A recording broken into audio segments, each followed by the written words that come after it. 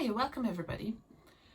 It feels like it's been forever because it's been a while. Yeah, I'm not gonna catch you up on like months, and hello, it's not been the greatest month, right? It's been 2020. But yeah, hi. Welcome, potentially welcome back if you're somebody who has seen the first two episodes. But my name is Sandra, and one of my plans for 2021 is to have this thing come out more often than twice during 2020.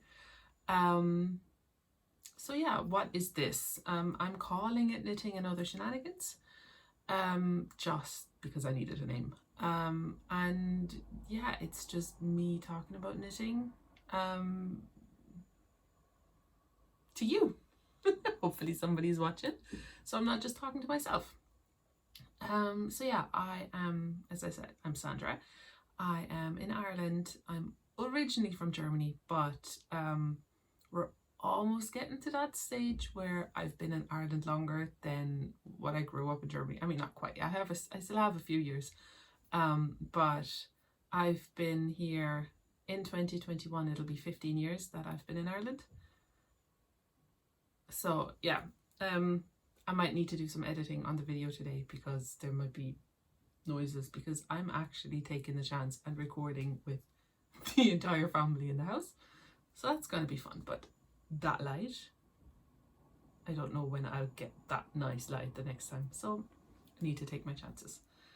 And yeah, like I don't know what length this is going to be today either. I think the last two were around the 20 minutes, half an hour mark. So maybe we'll get around there again. So yeah, I think I'm going to catch you up on the last few things that I've been working on or what's been happening in my life. So during November and December, I've participated in the Fast and Off Yarn Along, which was basically an off Ravelry event that was as an addition to the gift along. It's not quite like an extension of the gift along, but an alternative, that's the word, an alternative to the gift along, that was taking place off Ravelry, just because Ravelry, you probably know, during the last year Ravelry became inaccessible to a lot of people because of their new upgrade, which is only going to get worse now in March once they actually sunset the use of the classic Ravelry. Classic Ravelry, like they switched it back on. It's not quite the same, but at least it's something. But from March on, that will be sunset, so that won't even be there. And then you'll have the only Ravelry that is there is going to be inaccessible to a lot of people due to problems with white space and causing migraines and causing visual disturbances. I mean, I'm lucky I haven't been affected, but yeah, that's all I'm going to say about that. But this event, it was great. It was the inaugural year, so it was small. I think we had 92 or 93 designers participating, which is fantastic. Each of those designers was offering their patterns off Ravelry, so through PayHub, through Etsy, through other platforms, and yeah, it was great fun. I mean, it was so well organized, really fun. There was giveaways, and like I had some patterns for sale, but it brought so much fun to it outside of like sales. Like the sales, they weren't important to me. It was the community that I really loved. So that's been great. And I participated in that yarn along. One project I made went off to Germany to my grandmother, so I can't show it off to you, but it was made with this with a similar swirl. So this is Stylecraft Batik Swirl, And I made, so this is, yeah, shades of green, light blue into dark blue here. And the one that I had was purple and greys, kind of from a very light grey to a mix to a dark grey, and then a purple in there as well, which is, it looked gorgeous. And it went, yeah, I made a shawl for my grandmother, the consolation shawl. I'll pop the link down in down below. And so that was one that I made. Then I got slightly obsessed. Is that the right word? Potentially. Slightly obsessed with these aretha's. So I just made a few of them in all different types of shapes and sizes. So that was a really fun project. This one I think actually I like the best. I think with this one, with the other ones potentially my needle size might have been a little big for the yarn. So you, like with this, because you want a really dense fabric, you have to go down like at least one needle size, maybe two needle sizes to what you would usually work with the yarn. And yeah, so I don't think I quite got it here. So maybe I should have probably, I didn't even have a needle size smaller than this. So I worked these on a 2.5 millimeter, and I don't own, because I usually don't tend to work with needles that small. I didn't have anything smaller than that, but with this one, yeah, I think this one I got the best, and I really filled it as well. So it's just filled with like polyfill from an old cushion. But yeah, I love it. I love them. I made 5 total, I think, and there was one actually on my needles, but then I ran out of the filling, and that filling had been sitting in my shelf for 6 years. So I bought, at the time, I decided to make a full set of Angry Birds crochet. Now I don't crochet, and yeah, so I made 2. I think I made a red one, and I made a pig, and I filled them both with the polyfill.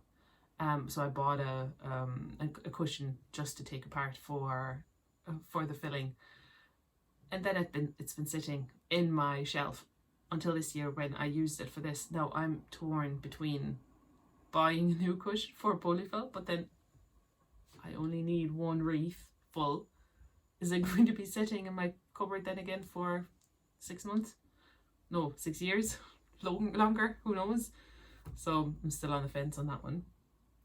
Then I made the first thing that I actually made, and I can't show it to you now because my daughter's off somewhere with it, but in this yarn, so it's a light blue,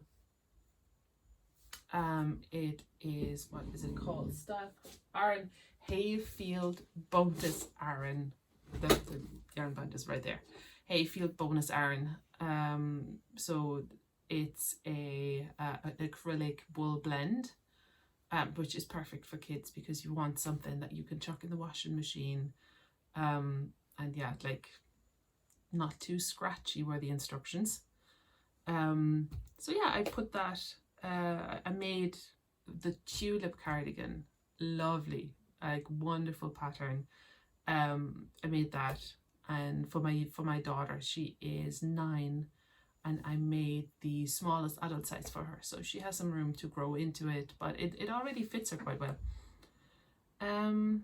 So that was the first 2, and then the final one that I made, or first 3, and the final one actually is this one.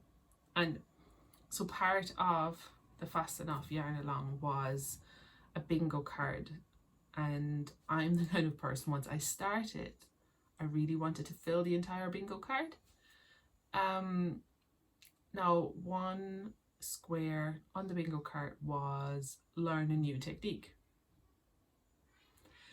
and it's been, I don't know what, where you are in your knitting journey, but I've been knitting for a long time, but it's also been a long time since I really learned something new.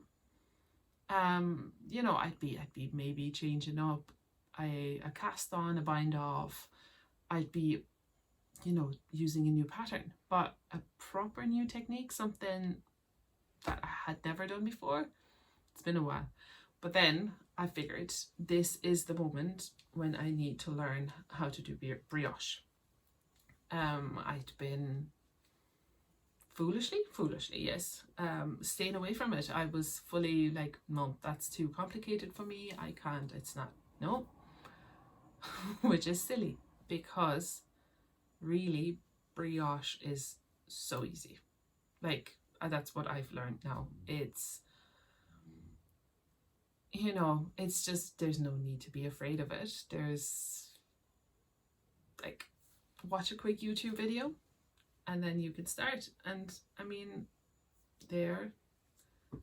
this is my first ever brioche, and you see, no ends. Ends not woven in. Like, hello, have we met? I don't weave in ends. I hate it. Well, I mean, they're technically woven in, but they're not cut, and it's not blocked yet. It will be blocked. Maybe for the next video, I can show you blocked. Although brioche, you know, you don't want to block it aggressively. So there's the start. Is it perfect? Probably not. Is it a little, you know, are there potentially small irregularities? Potentially. Do I love it? Mm-hmm. Mm-hmm. And then as it gets here, look at this. And then you come to the edge, and then suddenly you have this gorgeous, and I mean, so this is, I made it in merino singles by, so did I say syncopation? So the pattern is called syncopation, and again, I'll link it below. I made this in merino singles that I bought earlier, well, last year, that I bought in 2020 at towards the start of the pandemic, really, once things started to lock down. It's from a hand dyer here in Ireland, actually in Clare as well, called Shenanigans Yarns. Shenanigans is Irish for fox. And so these merino singles, they've been waiting in my stash for a long time for something special. And I am so glad that I used them for this. I don't think a lot of people make brioche, and I don't know. Hey, my first brioche project, right? I've heard that a lot of people don't make brioche in singles. You know, you don't quite get all that 3D effect, but I mean, you get the warmth and you get the coziness. And when you put this on, like I've just put this on now, and it doesn't feel super warm yet, but over the next couple of minutes, as like my body heat goes up and gets trapped in these merino singles, it just gets warmer and cozier. I could live in this at the moment. It's just fantastic. So yeah, wonderful pattern. There's 3 options in it. You can either do a shawl or a scarf. So the shawl would be kind of less repeats but more increases, and then a scarf would be really thin, so a lot more repeats but less increases. And then this one is kind of in between, so you kind of get between the two, like more increases than a shawl, more increases than a scarf, less than a shawl, and more repeats than a shawl and less than a scarf. I don't know what you want to call it. It's either like a skull, scarf, shawl, skull, but it's wonderful. Definitely worth a knit. So yeah, you know the thing, right? It's going to be in there. So that's what I've been working on. And yeah, like, as I said, brioche has been something that kind of, and I've just kicked the table. Stop kicking the table. Note to self. Stop kicking the table. Yeah, it stopped shaking. Okay, so yeah, brioche had been something that I've been scared of. Yeah, like actually scared, like, yeah, I could say intimidated by, but you know, I've been and too scared to try. And I'm so glad that I have. And now I have ideas. My mind is running. Oh, I could do this. I could do that. I could do that. And so one idea that I'm having is definitely for a hat. And now the swatching has started. And I'm basically trying almost every yarn that I can think of in my stash. And so I've tried first in that same Hayfield bonus Aran yarn. Love the structure. It's not, I don't want an Aran weight yarn for this hat. Quite sure I don't want an Aran weight yarn. I love a light blue without the kind of heather effect in it. I'd like that, but yeah. Then the next thing I picked up, because it was a DK, and I think I want this hat to be DK, was a Gamer Crafting 100% merino in the colorway I Want More. I think potentially I might have talked about it in one of the previous videos. I want more. I want more of this yarn, 100%. I don't want that yarn with that idea. Like, I've only done a little bit of brioche here, so it goes from a rib into a brioche, and it's too busy. That isn't the yarn for this pattern. The yarn is gorgeous. That's the kind of colours that I want in my yarn. It's not the thing for this pattern. And that's okay. Then what I've tried, sorry, that's gonna crinkle now. And this is something. This could be something. I've tried it in a merino cotton blend that I picked up in Germany in 2018. No, it must be 2019. Yeah, my last trip to my last pleasure, no, last work trip to Germany. I picked this up. I'll have to see it. Like, it looks fantastic. It looks pretty much what I wanted to look like, but I'm not sure about the cotton. It doesn't seem to have as much bounce. Like, when I pull it, it doesn't quite, it does bounce back, but I don't know, it kind of stays pulled a bit. So I need to block this and see if that is what I want it to be.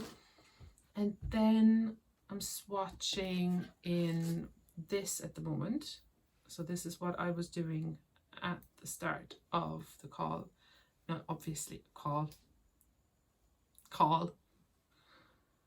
Look at that. Like we all are, right? So used to when I'm speaking to somebody. When I have these in and I'm speaking to somebody there, I'm so used to being on a call on Zoom or Teams or something that I'm obviously not on a call. I'm recording a video. But yeah, so let me just get to the end of the needle, because I am doing this with a magic loop.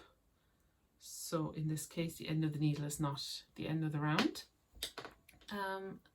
So yeah, this is where I'm at the moment, and I'm not 100% sure about this yarn either. So that's what it looks like at the moment. And so this is a gorgeous Irish yarn. I have a thing here, put it to the side. So this is Atlantic Coast Yarns. It's spun in Ireland. This is the Shannon yarn. So that's named after the River Shannon, the largest river in Ireland.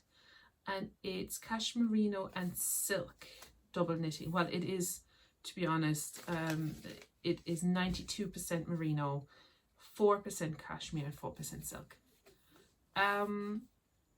Yeah, so that's what but this yarn, again, it's a gorgeous, fantastically gorgeous yarn, and I love it in the yarn cake. I have it in this green, and then I have it in a blue. Where are you, blue? it's like a really, it's actually coming out fabulously in that light.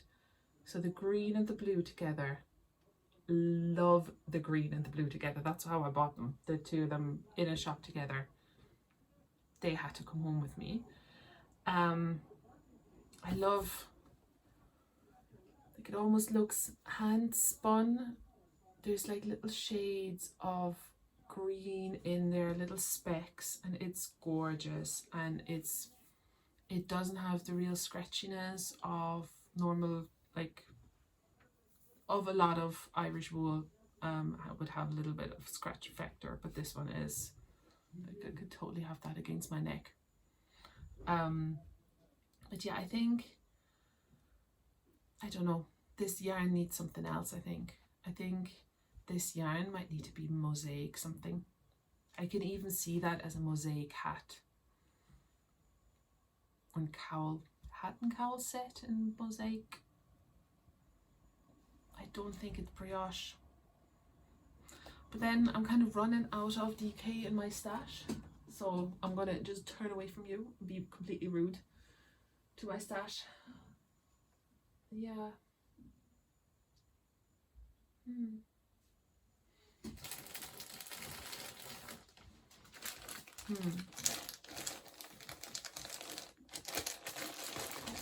This. Ooh. This is.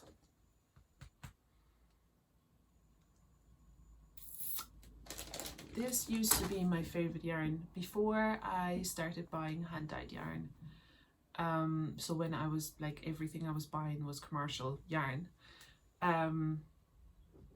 This used to be, I bought a lot of different colorways of this. What is it? Ella Ray. And I have it here in chunky.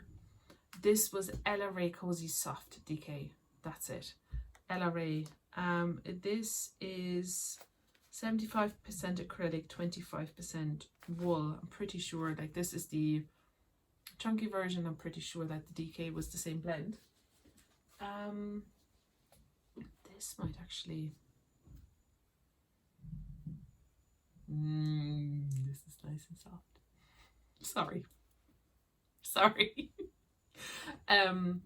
Yeah, but this, I think this needs to be swatched now as well. So yeah, that's, yeah, my brain has been overflowing with ideas. I don't know if it's just me thing or if it's an everybody thing, but in that time between Christmas and New Year's, my brain just, like, pretty much every year my brain goes into overdrive. I am really good at making plans for the next year in that period of time.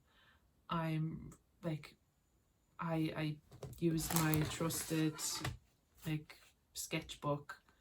I went through the existing ones, everything that was in here, kind of marked out the ones, like, this could be a cool project, like, focus on this year, and yeah, that's, like, every year. Like, I've learned to just go with it, to not go, you know, don't put on too much, like, that kind of stuff. Just go with it. I am not making resolutions this year. There's no point. I am making some plans. I did release 10 knitting patterns in 2020, which was my stretch goal, which was my, like, wow, if everything goes right for my designing, then I want to get to 10. So I'm very, very, very happy with that. I'm making plans to develop that further. I am, like, I want to do more. Like, my brain is overflowing with ideas, but at the same time, like, 2020 taught me, like, go with the flow.